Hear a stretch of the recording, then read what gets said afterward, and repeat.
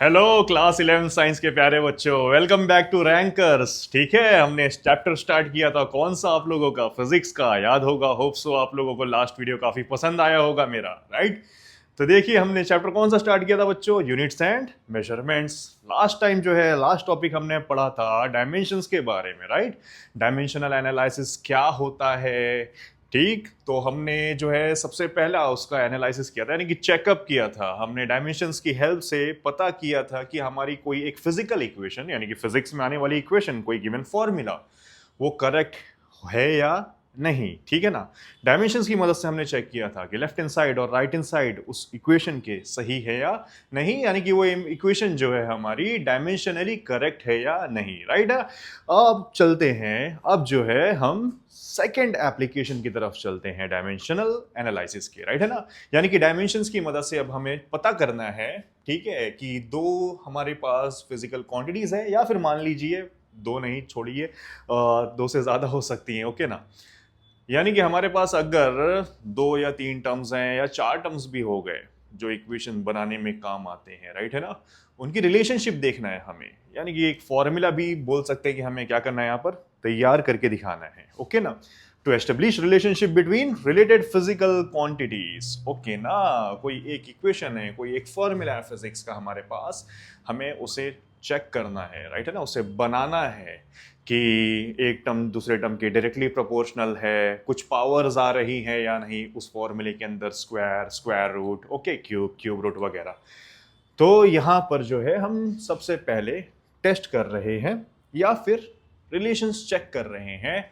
जैसे कि ये हमारे पास एक सिंपल पेंडुलम है बच्चों। क्या है? सिंपल पेंडुलम, जो आगे चलकर पढ़ोगे, ठीक है, क्लास 11th में भी है, 12th में भी है, कि एक स्ट्रिंग है, राइट है ना, एक धागा है जिस पर एक बॉल अटैच्ड है। अब वो क्या कर रहा है, टू एंड फ्रो मोशन कर रहा है, जिसे हम क्या कहते हैं, ओसिलेशन कहते हैं, क्लियर।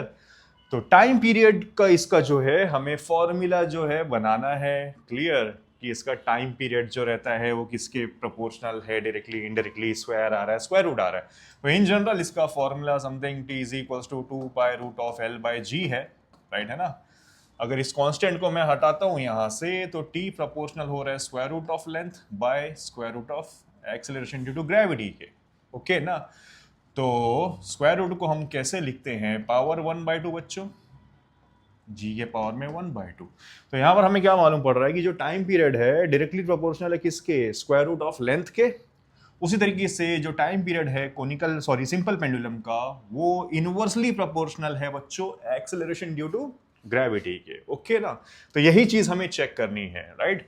तीन हमारे पास रिलेटेड फिजिकल टर्म्स हैं, रिलेटेड लेंथ है, एक्सेलरेशन ड्यू टू ग्रेविटी है, एंड हमारे पास टाइम पीरियड है, ओके। तो टाइम पीरियड का क्या रिलेशन है लेंथ के साथ में, या लेंथ का क्या रिलेशन है टाइम पीरियड के साथ में, टाइम पीरियड का क्या रिलेशन है एक्सेलरेशन ड्यू टू ग्रेविटी में, ग्रेविटी के साथ में, ठीक है ना। ये चीज मैं आप लोग को दिखा दिया, जनरलाइज्ड फॉर्मूला दिखाकर, फॉर्मूले के हिसाब से मैंने अकॉर्डिंगली सब कुछ आपको बता दिया यहाँ पर। लेकिन ये चीज हमें जो है डायमेंशंस की हेल्प से जो है चेक करना है कि यार ये टाइम पीरियड किसके किस तरीके से प्रोपोर्शनल है, पावर में क्या आ रहा है, क्या नहीं आ रहा है, ओके। तो चलिए स्टार्ट करते हैं। तो मुझे रिलेशन चेक करना है बच्चों, यहां पर किसका, टाइम पीरियड का, लेंथ ऑफ स्ट्रिंग का, ये जो धागा है या रस्सी है मान लेते हैं, और एक्सेलरेशन ड्यू टू ग्रेविटी का, ओके। तो देखिए मैंने क्या किया, सपोज कर लिया कि हम जो है टाइम पीरियड को डायरेक्टली प्रोपोर्शनल टू लेंथ बोल रहे हैं, कि टाइम पीरियड प्रोपोर्शनल है किसके, लेंथ के, और उसकी पावर में ए दे दे रहा हूं।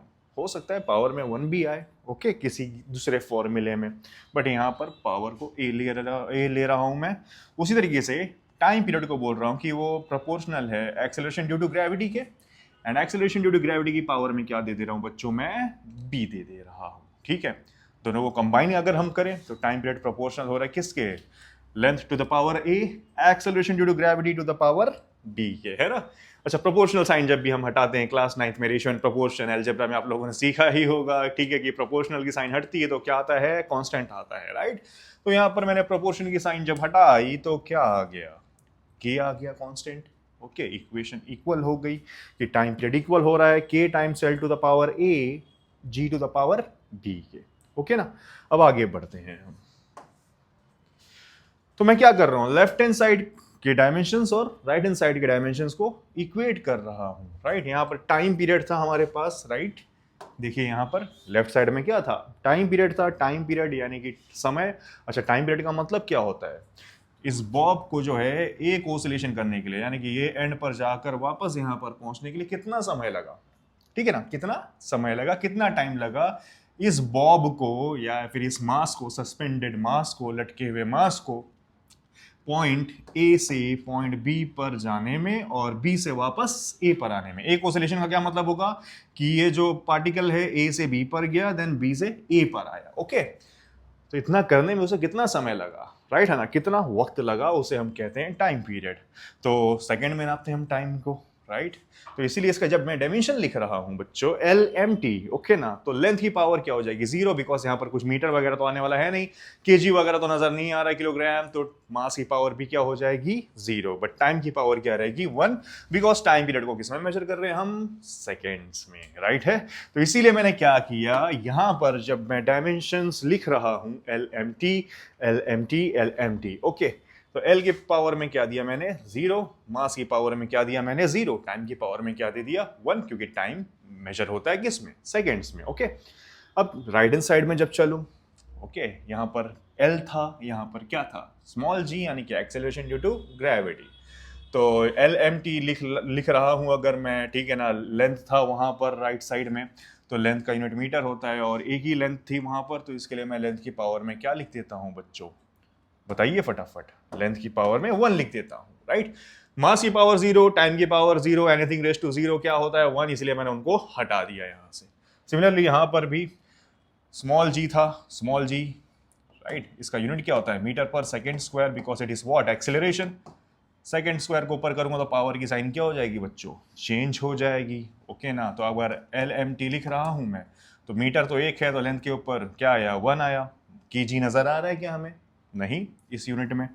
तो मास की पावर में 0, देन टाइम की पावर में क्या -2। तो इसके लिए मैं मास की पावर में 0 है, रेस टू 0 है, तो एनीथिंग रेस टू 0 1 हो जाता है, तो उसके लिए मैं मास को हटा दे रहा हूं। तो LT टू द पावर 2 -2 बन रहा है किसका dimension, acceleration due to gravity का, ठीक है। तो इसीलिए देखिए यहां पर मैंने क्या लिखा है LT to the power -2, okay. अब यहां पर देखें अगर हम, तो मैंने L की पावर में A दिया था, G की पावर में B दिया था, कुछ भी पावर आ सकती है, राइट है ना। हो सकता है दोनों की सेम आए या डिफरेंट भी आए, A की वैल्यू B की वैल्यू सेम भी आ सकती है, डिफरेंट भी आ सकती है, डिफरेंट डिफरेंट फॉर्मूले इसके लिए, बट यहाँ पर तो मैंने आप लोगों को पहले ही बता दिया, राइट है ना, कि L की पावर 1/2 आएगी, G की पावर अगर इसे ऊपर कर दूं मैं तो -1/2 आने वाली है, ठीक है। तो इसीलिए मैंने इसको A बोला, इसको B बोल दिया, राइट।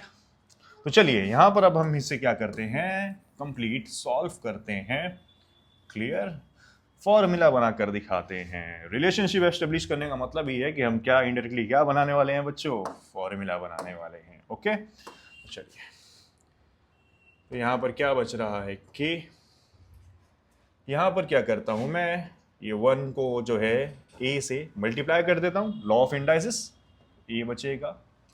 उसी तरीके से यहां पर B को अंदर मल्टीप्लाई कर देंगे, L to the power B हो जाएगा, T टू द पावर -2 हो जाएगा, L to the power A, L to the power B multiply कर रहा हूं अगर इन्हें मैं, या फिर कॉमन कर रहा हूं, तो इनकी पावर्स क्या होंगी, ऐड होंगी, राइट। तो क्या बनेगा ये K L to the power A plus B T to the power -2B, okay.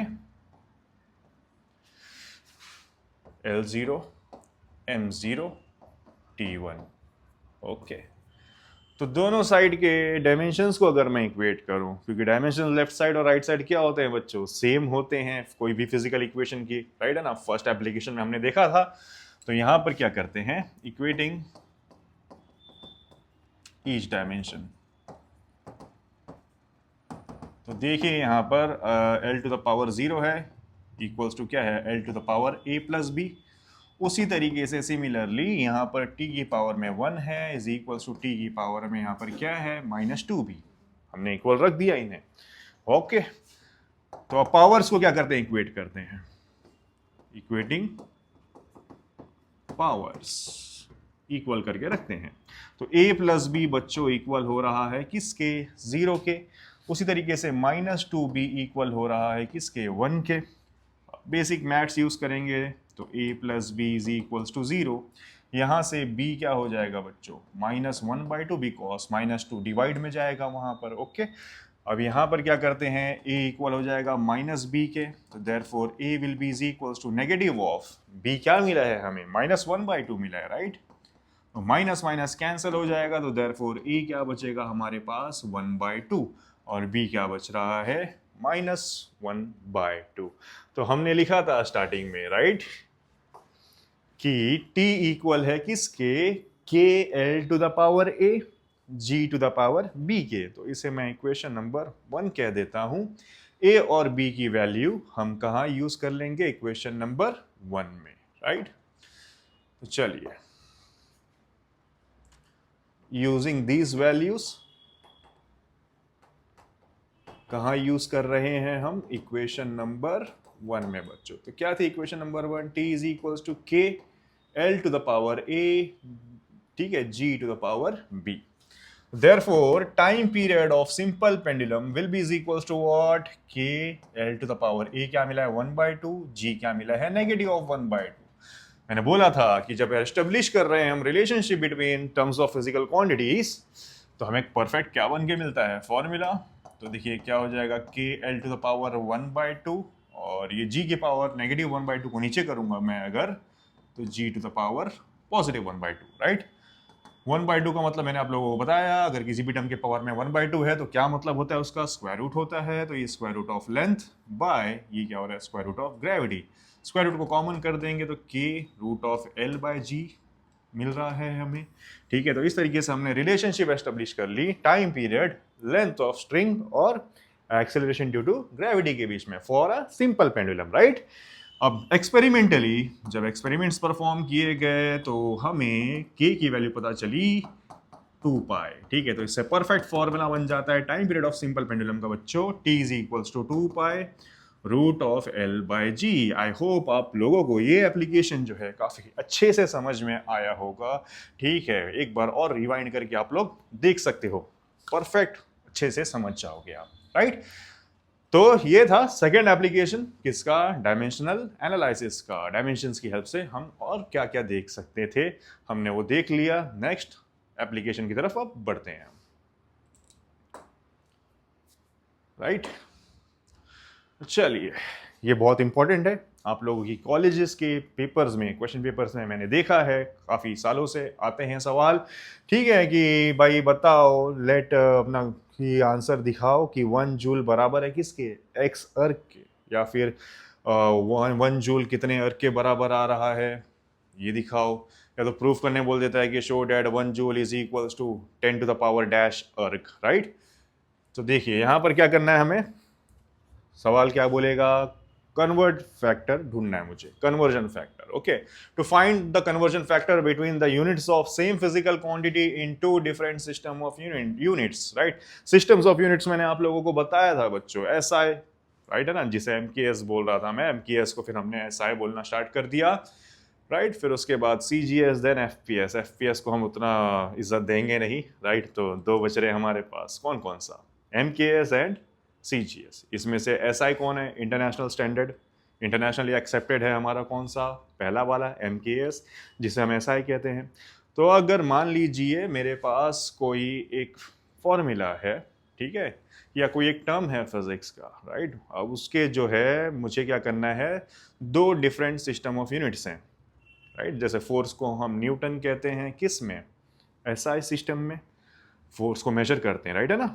SI system में न्यूटन देते हैं उसको, यूनिट को। उसी तरीके से सीजीएस सिस्टम की अगर हम बात करें तो फोर्स का जो यूनिट रहता है बच्चों, डायन रहता है, DYNE, चुड़ैल नहीं, ठीक है ना, डायन, DYNE, क्लियर। तो एक यूनिट के सिस्टम से दूसरे सिस्टम के यूनिट में अगर मुझे कन्वर्ट करना है तो किसी टर्म से मल्टीप्लाई, किसी नंबर से मल्टीप्लाई या डिवाइड करना पड़ता है, ऑब्वियसली 1000, 100, राइट, हो सकता है 1 लाख भी। तो वो कन्वर्जन फैक्टर जो है, वो जो नंबर है वो कितना रहेगा, वो मुझे पता लगाना है यहाँ पर, ठीक है। तो इसीलिए हम लोग यहाँ पर कन्वर्ट करने की कोशिश कर रहे हैं, ठीक है, कि कन्वर्जन फैक्टर ढूंढना है, वो नंबर क्या रहेगा जिससे मैं मल्टीप्लाई या डिवाइड करूंगा किसी छोटे यूनिट को, ताकि मुझे बड़े यूनिट के बराबर मिले, वो इक्वल मिले। तो जूल और अर्ग, राइट है ना। जूल किसका यूनिट होता है? वर्क का, एनर्जी का, राइट। किस में? एसआई सिस्टम में, बड़े वाले एमकेएस सिस्टम में। अर्ग वर्क और एनर्जी का जो है ये यूनिट है किस सिस्टम में? सीजीएस सिस्टम में। तो अगर मुझे जूल को कन्वर्ट करना है अर्ग में, तो यानी कि बड़े को और छोटे को इक्वल दिखाना है, तो छोटे को कुछ नंबर से मल्टीप्लाई करना पड़ेगा मुझे, राइट। उस नंबर को मुझे पता लगाना है कितना रहेगा वो नंबर, उस नंबर को ही हम क्या कहते हैं बच्चों? Conversion factor. क्लियर? इसीलिए मैंने उसको एक्स से रिप्रेजेंट किया है, क्योंकि अभी तक हमें पता नहीं है कि एक जूल को अगर मुझे अर्ग के इक्वल करना है, राइट, या फिर अर्ग को अगर मुझे जूल के इक्वल दिखाना है, तो अर्ग को किस नंबर से मल्टीप्लाई करना है, ठीक है, वो पता करते हैं अभी, राइट। और एक्स क्या है? हमारा कन्वर्जन फैक्टर है। तो डायमेंशंस की मदद से करना है, बिकॉज हम लोग डायमेंशनल एनालिसिस कर रहे हैं। तो डायमेंशन फॉर्मूला फॉर वर्क क्या होता है हमारे पास, ठीक है ना। चाहे कोई सा भी वर्क ले लो, वर्क का फॉर्मूला आप लोग जानते हो ना बच्चों, फोर्स टाइम्स डिस्प्लेसमेंट होता है, राइट। Class 9th। फोर्स को न्यूटन में, डिस्प्लेसमेंट को मीटर में हम मेजर करते हैं, फोर्स को केजी मीटर पर सेकेंड स्क्वायर बोला जाता है, उसको बनाएंगे। तो डायमेंशनल फॉर्मूला फॉर वर्क क्या आने वाला है? L to the power 2, M to the power 1, T to the power -2। Okay, तो देखिए यहां पर जूल के लिए भी लिख लिया मैंने सेम चीज, LMT पावर में 2, 1, -2। उसी तरीके से x टाइम्स अर्ग के लिए भी मैंने सेम डायमेंशंस दे दिए, LMT power 2, power 1, power -2। But यहाँ पर देखिए इसको बेस में यानी कि सफिक्स में नीचे मैं 1, 1, 1 लिख रहा हूँ, यहाँ पर 2, 2, 2 लिख रहा हूँ, बिकॉज ये सिस्टम ऑफ यूनिट अलग है, ये सिस्टम ऑफ यूनिट अलग है, राइट। ये एसआई सिस्टम है और ये कौन सा है बच्चों? सीजीएस सिस्टम है, ओके ना। चलिए, तो अब यहाँ से x को अगर मैं ढूंढना चाहूँ तो x इक्वल होगा किसके? ये पार्ट मल्टीप्लीकेशन में यहाँ पर डिवाइड में आ जाएगा, यानी कि ये हो जाएगा L1 M1 T1 by L2 M2 T2, right है। Square bracket, square bracket. Power क्या है बच्चों? 2, 1, -2, ओके ना। 2, 1, -2, ये सब पावर्स हैं। अब इनको हम तोड़ के लिख लेते हैं साथ में, मतलब ब्रैकेट दे देकर तीनों टर्म्स को। L1 L2 ऊपर 2 है, 2 है यहाँ पर, M1 बाय M2 पावर में क्या है? 1 है, 1 है। उसी तरीके से T1 बाय T2 पावर में क्या है? -2 है, -2 है। लिख डाला मैंने सिंपल करके। अब पावर को जो है कॉमन करते हैं नेक्स्ट स्टेप में, तो क्या हो जाएगा? x is equals to L1 by L2, यहाँ पर M1 बाय M2, यहाँ पर T1 बाय T2। पावर्स को कॉमन करते हैं बच्चों, तो देखिए यहाँ पर लेंथ की पावर 2 थी, मास की पावर 1 थी, और टाइम की पावर क्या है? -2 है। 2, 1, -2। तो यहाँ पर 2 लिखा मैंने, यहाँ पर 1 लिखा, यहाँ पर -2 लिखा। अब इन दोनों को इक्वल करने की कोशिश करते हैं, राइट। मैंने बोला कि जो 1 सफिक्स है किसके लिए है? एसआई सिस्टम के लिए, यानी कि एमकेएस के लिए। तो एमकेएस में लेंथ को किस में मेजर करते हैं बेटा? मीटर में, मीटर लिख दिया उसके लिए मैंने। L2 मैंने बताया था कि नंबर 2 जो है, सफिक्स 2 जो है, हम यूज़ कर रहे हैं किसके लिए? सीजीएस सिस्टम के लिए। तो लेंथ को जो है सीजीएस सिस्टम में हम मेजर करते हैं किस में बच्चों? सेंटीमीटर्स में, राइट। तो यहाँ पर मैंने लिख दिया सेंटीमीटर पावर 2। मास को देखिए M1 यानी कि एसआई सिस्टम, मास को एसआई सिस्टम में केजी में मेजर किया जाता है प्यारे बच्चों, बाय, राइट। मास को जो है सीजीएस में ग्राम्स में मेजर किया जाता है। फिर पावर 1 दे दिया मैं, टाइम सेकेंड्स, सेकेंड्स दोनों केस में सेकेंड्स में देखा जाता है, -2, ओके।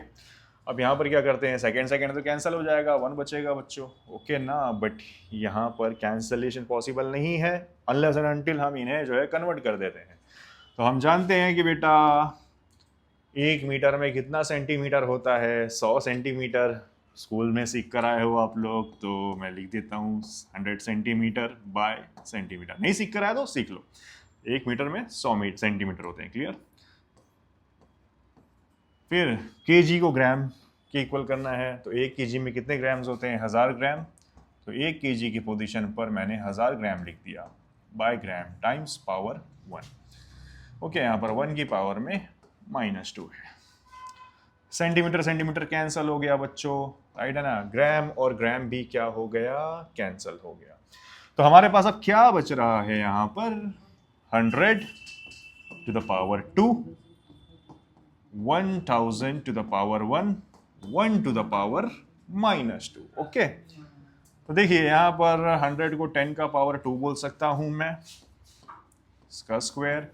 1000 को 10 का पावर 3 बोल देते हैं हम, पावर 1, और 1 की पावर में कुछ भी रहे वो 1 ही रहता है, तो उसे हम इग्नोर करते हैं। यहाँ पर इंडाइसेस यूज करेंगे, 2 2 जार 2 + 2 होगा कि 2 2 जार होगा, बताइए फटाफट। 2 2 जार 4 होगा, ओके, मल्टीप्लाई होगा। सिमिलरली यहाँ पर भी 10 टाइम्स 3 1 जार 3, ओके। तो therefore x will be is equals to what, 10 को अगर हम कॉमन करें, इंडाइसेस का रूल यूज करें, तो 4 + 3 क्या हो जाएगा बच्चों, 7 हो जाएगा। ओके, तो देयरफॉर x की वैल्यू कितनी मिल रही है मुझे, 10 to the power 7, यानी कि 1 जूल बराबर हो रहा है हमारा 10 to the power 7 अर्ग के। यानी कि अगर 1 जूल को अर्ग के इक्वल दिखाना है तो अर्ग को मुझे 10 to the power 7 से क्या करना रहेगा, मल्टीप्लाई करना रहेगा। तो जो है दोनों सिमिलर हो जाएंगे, इक्वल हो जाएंगे, क्लियर, दोनों यूनिट्स सेम हो जाएंगे ये कन्वर्जन फैक्टर यूज करने पर, राइट। यानी कि 1 जूल में कितना अर्ग होता है कोई पूछेगा तो आप लोग को बता देना है 10 to the power 7 अर्ग। और ये क्वेश्चन एग्जाम में आता है कि show that 1 joule is equal to 10 to the power 7 erg. तो आप लोग प्रैक्टिस हो जाएगी आपकी अच्छी। ये वीडियो से तो आप लोग, आई होप मेरे से कॉन्सेप्ट अच्छे से समझ में आ रहा है आप लोगों को, राइट। मैं एकदम ही क्लियर और इजी कर रहा हूं आप सभी के लिए, राइट। अगेन एक बार फिर से आप लोग देख सकते हो, चाहो तो स्क्रीनशॉट ले सकते हो, राइट। तो ये जो था कन्वर्जन फैक्टर हमने ढूंढा, किसकी मदद से ढूंढा, डायमेंशंस की मदद से ढूंढा, राइट। तो ये 3 एप्लीकेशन थे प्यारे बच्चों डायमेंशनल एनालिसिस के। सबसे नंबर 1 क्या था, checking the correctness of a physical equation, कि इक्वेशन जो है फिजिक्स की जो इक्वेशन दी गई थी वो सही है या नहीं, डायमेंशंस की हेल्प से हमने चेक किया। देन उसके बाद हमने क्या किया बताइए आप लोग, अभी पढ़ा था हमने जस्ट इसके पहले ही, राइट। यहाँ पर पीछे की स्लाइड में देखिए क्या टॉपिक है, यहाँ पर क्या कर रहे थे, रिलेशनशिप बना रहे थे हम फिजिक्स के इक्वेशन में आने वाले टर्म्स के बीच की, ठीक है ना, कौन किसके कैसा प्रोपोर्शनल है, पावर क्या आने वाली है, राइट। यानी कि फॉर्मूला रेडी किया था हमने, देन फिर हम यहाँ पर कन्वर्जन फैक्टर ढूंढ लिए। अब हमारे इस टॉपिक के, डायमेंशंस के टॉपिक के लास्ट रास्ते पर चलते हैं, लास्ट मुद्दे को डिस्कस कर लेते हैं, राइट है ना। तो देखिए क्या टॉपिक है, limitations of dimensional analysis. Dimensions की मदद से तो हम बहुत कुछ कर रहे थे, ठीक है, लेकिन उसमें कुछ कमियां भी हैं उस मेथड में, ठीक है ना। डायमेंशनल एनालिसिस बेसिकली एक मेथड है बहुत सारी चीजें चेक करने का, लेकिन उसके कुछ जो है लिमिटेशंस भी हैं, कुछ कमियां भी हैं उस मेथड में। तो पहली क्या है कमी, The value of dimensionless constant can be obtained with the help of experiments only, ठीक है ना। जिन्हें हम कांस्टेंट कहते हैं, कांस्टेंट की क्या वैल्यू रहेगी वो हम डायमेंशनल एनालिसिस की मदद से पता नहीं लगा सकते हैं। जैसे कि मैंने टाइम पीरियड का बताया था आप लोगों को, t is equal to k √L/g। ये जो k कांस्टेंट है इसकी क्या वैल्यू है वो जो है हम डायमेंशनल एनालिसिस की मदद से बच्चों नहीं पता लगा सकते हैं, ठीक है। ये k की वैल्यू जो 2πi थी हमें ये एक्सपेरिमेंट से पता चली, राइट। तो पहला लिमिटेशन इसका यही है कि हम लोग जो है डायमेंशनलेस कांस्टेंट, यानी कि कांस्टेंट के पास तो कोई डायमेंशन होता नहीं है, कुछ कांस्टेंट्स ऐसे रहते हैं जिनके पास डायमेंशन होता है, वो एक्सेप्शंस हैं, ठीक है। तो डायमेंशनलेस कांस्टेंट्स की जो है वैल्यू कितनी है वो हम डायमेंशंस की मदद से बच्चों पता नहीं लगा सकते हैं। सेकेंड इसका लिमिटेशन ये है कि cannot be used to derive relations including trigonometric exponentials and logarithmic functions. क्योंकि कोई भी इक्वेशन अगर फिजिक्स की ऐसी आ रही है जिसमें trigo sine cos tan use हो रहा है, लॉग यूज हो रहा हो, राइट, एक्सपोनेंट a की पावर में x, e की पावर में x, जो मैथ्स में आप लोग पढ़ोगे, ओके। तो अगर ये सारी चीजें आ रही हैं किसी इक्वेशन में तो हम लोग जो है उनके बीच का रिलेशन नहीं पता लगा सकते हैं, राइट है ना। साइन और टैन के बीच में क्या रिलेशन है वो डायमेंशंस की मदद से नहीं पता लगा सकते, बिकॉज ये सब जो है टर्म्स डायमेंशनलेस होते हैं, clear. Then This method is not useful if constant of proportionality is not a dimensionless quantity. मैंने बोला कि कुछ कांस्टेंट्स ऐसे रहते हैं जिनके पास डायमेंशंस होते हैं, जैसे न्यूटन भाई साहब के सबसे प्यारे लॉ की तरफ अगर हम चलें, ओके ना, ग्रेविटी, राइट, ग्रेविटेशनल फोर्स की अगर मैं बात करूं यहाँ पर, तो F is equals to capital G m1 m2 by r square, right. इसमें G जो था यूनिवर्सल ग्रेविटेशनल कांस्टेंट था बच्चों, और इसकी फिक्स वैल्यू है 6.67 times 10 to the power -11 newton metre square पर केजी स्क्वायर। तो ये जो कांस्टेंट है इसके पास क्या है, डायमेंशंस आ रहे हैं, यूनिट आ रहे हैं, मतलब इसके पास डायमेंशन है। क्लियर। तो ये मेथड जो है फेल हो जाएगा हमारा डायमेंशनल एनालिसिस का अगर किसी फिजिकल इक्वेशन में, जैसे ये इक्वेशन है, राइट, इसमें जो कांस्टेंट है वो डायमेंशनलेस नहीं रहेगा। तो यानी कि हम इसको जो है मेथड 1 यानी कि चेक नहीं कर सकते हैं, ठीक है ना, correctness of a physical equation method यहाँ पर एप्लीकेबल नहीं होगा, राइट। देन नेक्स्ट इसका लिमिटेशन ये है कि अगर जो हमारी करेक्ट इक्वेशन है, डायमेंशनली करेक्ट इक्वेशन, उसमें बहुत सारे और टर्म्स भी अगर आ रहे हो जिनके डायमेंशंस सेम होंगे, राइट है ना, तो हम नहीं पता लगा सकते हो कि वो आगे क्या टर्म्स आने वाले हैं। जैसा फॉर एग्जांपल बच्चों, हमारे पास अगर एक इक्वेशन है v is equals to u plus AT, right, और हमने सिर्फ v is equal to u check किया, राइट, इन दोनों के डायमेंशंस तो करेक्ट रहेंगे, राइट, लेफ्ट हैंड साइड और राइट हैंड साइड। तो आगे और क्या आ रहा है, ये 80 आ रहा है, ये हम प्रिडिक्ट नहीं कर सकते। अगर चले हमें तो यहाँ पर, मुझे तो यहाँ पर पता था, आप लोगों को पता था कि हाँ भाई ये न्यूटन की इक्वेशन ऑफ मोशन है, v is equals to u plus AT है, राइट। लेकिन अगर किसी को ना पता हो और वो डायमेंशंस की मदद से इक्वेशन बनाना चाह रहा हो तो वो अटक जाएगा, फंस जाएगा यहाँ पर, right. v is equal to u, okay, लेकिन आगे और कितने टर्म्स आएंगे जिनका डायमेंशन इनकी तरह सेम रहेगा वो हम पता नहीं लगा सकते हैं, ठीक है। तो ये 4 लिमिटेशंस जो है डायमेंशनल एनालिसिस के हैं बच्चों। तो हमने क्या क्या पढ़ा यहाँ पर, सबसे पहले डायमेंशनल एनालिसिस का सेकंड मेथड पढ़ा, राइट, जिसमें हम रिलेशनशिप एस्टेब्लिश कर रहे थे फिजिक्स की इक्वेशन में आने वाले टर्म्स के बीच की। देन उसके बाद हमने कन्वर्जन फैक्टर का डेरिवेशन किया, right, 1 joule is equals to 10 to the power 7 erg. तो आप लोग के लिए काम देता हूं मैं, आप लोग कन्वर्जन फैक्टर बना के देखना, चेक करना, ठीक है, कि न्यूटन और डायन, राइट, ये दोनों का कन्वर्जन फैक्टर क्या रहेगा, इन दोनों के बीच में क्या रहेगा अगर दोनों को मुझे क्या करना है, इक्वल करना है। तो ठीक, ट्राई करना कि 1 न्यूटन कितना डायन है, यानी कि x डायन, ये आप लोग कर सकते हो ट्रायल के तौर पर, राइट। तो इसके साथ आज का सेशन हम जो है ख़त्म करते हैं बच्चे, ठीक है ना, प्यारे बच्चों, सॉरी बच्चा बोला, एक बच्चा नहीं है, काफ़ी बच्चे देख रहे हैं वीडियो को। तो नेक्स्ट सेशन जो रहने वाला है हमारा इस चैप्टर के कॉन्सेप्ट्स का आखिरी सेशन रहेगा, जिसमें हम एरर्स के बारे में सीखेंगे, ठीक है ना, एरर, मिस्टेक, गलतियाँ, ठीक है, जो कि बचपन में लोग करते हैं, आपकी एज में लोग करते हैं, हम जैसे लोग भी करते हैं, राइट, कभी कभार हो जाता है।